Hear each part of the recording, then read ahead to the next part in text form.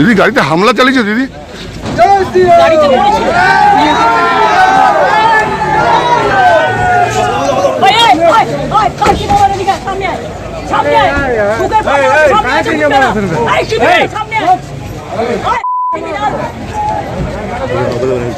দেখো, ভদ্রতার একটা লিমিট আছে। আমি আমার গাড়ি রাস্তা দিয়ে যাচ্ছি, সাহস কত বড় বিজেপির ফ্যাক্টরি বেঁধে আমাকে গালাগালি দিচ্ছে দাঁড়িয়ে। শ্রীরাম যদি গালি হয় তাহলে আপনারা বলেন আমরা কোথায় আছি, দেখাবো, সঙ্গে থাকে।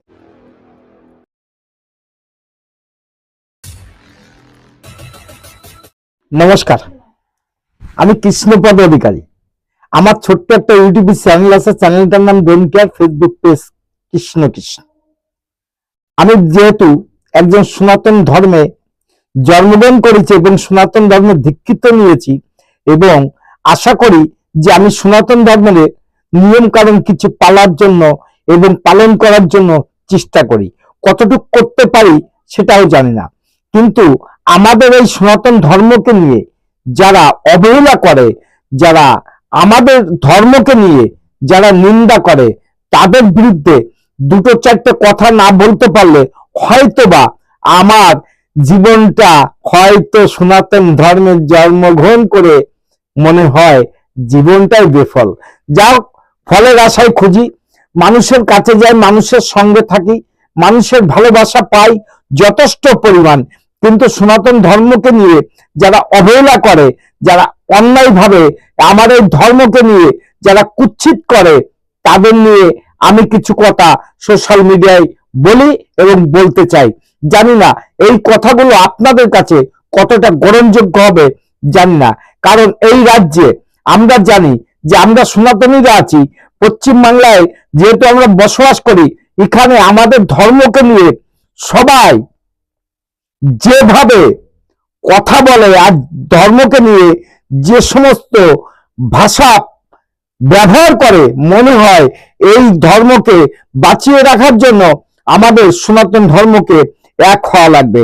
তা যদি না হন তাহলে আপনারা যারা সনাতনী আছেন তারা মনে রাখুন যে বাংলাদেশের সনাতনীদের প্রতি যেটা হচ্ছে এটা এই দেশেও হতে চলেছে।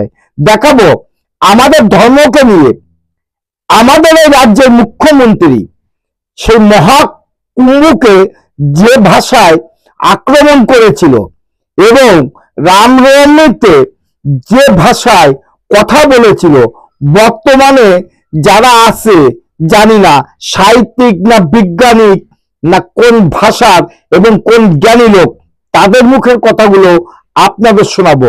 দেখতে থাকেন আমার ভিডিওটা। মনে হয় এই ভিডিওটা আপনার সনাতন ধর্মে যদি জন্মগ্রহণ করে থাকেন হয়তোবা কোনো একটা কাজে লাগতে পারে। চলেন কথা না বাড়িয়ে শুরু করা যাক ভিডিও। সনাতনী কথাটা কিন্তু খুব শক্ত, মানে এটা বুঝতে গেলে কিন্তু অনেক পড়াশুনো লাগে। সনাতনী কিন্তু বারবার এইটার সংজ্ঞাটা বিভিন্ন সময় কিন্তু পরিবর্তন হয়েছে। তো এদেরকে সনাতনী বলে আমি বিশেষ জায়গা দিতে চাই না। এরা একেবারে একটা ছোট লোক, এরা হচ্ছে অসভ্য, এরা হচ্ছে পারভার্টেড, আর কিছু এর চেয়ে খারাপ কিছু আর বলার নেই। এই পারভার্টেড গ্রুপ অফ ইন্ডিভিজুয়ালস এই জায়গাটাতে যে আজকে কুম্ভমেলার জায়গাটা যে পূর্ণ বিষয়টা, স্নান একদিকে হচ্ছে আর একদিকে পারভার্সন দেখানো হচ্ছে। এটা এই ছোট লোকদের নিয়ে আমি আর কি বলবো। এটা হচ্ছে সুবিধা, এই সুবিধাটা এরা নিতই। এতদিন নিতে পারেননি কারণ ডিজিটাল ছিল না, এত ভালো ক্যামেরা ছিল না। এখন ক্যামেরা কাছে নিয়ে যাচ্ছে, নিয়ে গিয়ে এইসব ছবি তুলে গিয়ে বিক্রি হচ্ছে। এটা তো একটা হচ্ছে ধান্দাবাজি। মানে আজকে কুম্ভমেলায় প্রচুর টাকা রোজগার হয়েছে, আগুন জ্বলতে দেখেছি, মানুষ মরতে দেখেছি, তার সাথে মিথ্যাচারিতা দেখেছি। কুম্ভমেলা তো একটা জায়গায় হচ্ছে, এলাহাবাদে না হয় প্রয়াগরাজ, তো সেই জায়গায় থেকে দিল্লিতে গিয়ে মানুষের মৃত্যু হয়েছে, এগুলো দেখা গেছে। তো কুম্ভমেলাকে কেন্দ্র করে একটা ব্যবসা হয়েছে, ভালো ব্যবসাও হয়েছে আবার অসভ্য ব্যবসাও হয়েছে।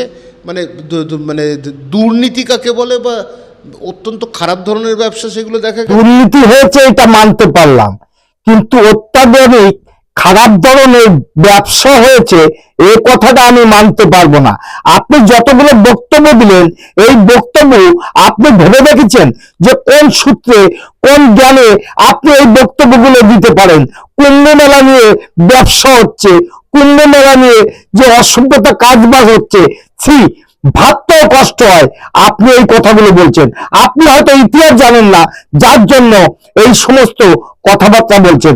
আজকে যখন বিজেপি সরকার আছে তখন আপনি এই ধরনের কথাবার্তা বলছেন যে কুম্ভ মেলা মৃত্যু হয়েছে, এটা হয়েছে, ওটা হয়েছে। কিন্তু আপনাকে আমি প্রশ্ন করতে চাই, 1954 সালে কতজন কুম্ভ মেলায় মৃত্যু ঘটেছিল সেটাকে নিয়ে একদিনও কেন আপনি বললেন না? জানি না 2015 সালে যে আরবে যত মানুষ মারা গেছিল তা নিয়ে আপনি একদিনও কথা বললেন না। জানি না, কারণ আপনার এই কথাবার্তা হিন্দু ধর্মের পরে আঘাত লেগেছে বিধায় আমি এই ভিডিওটা করছি।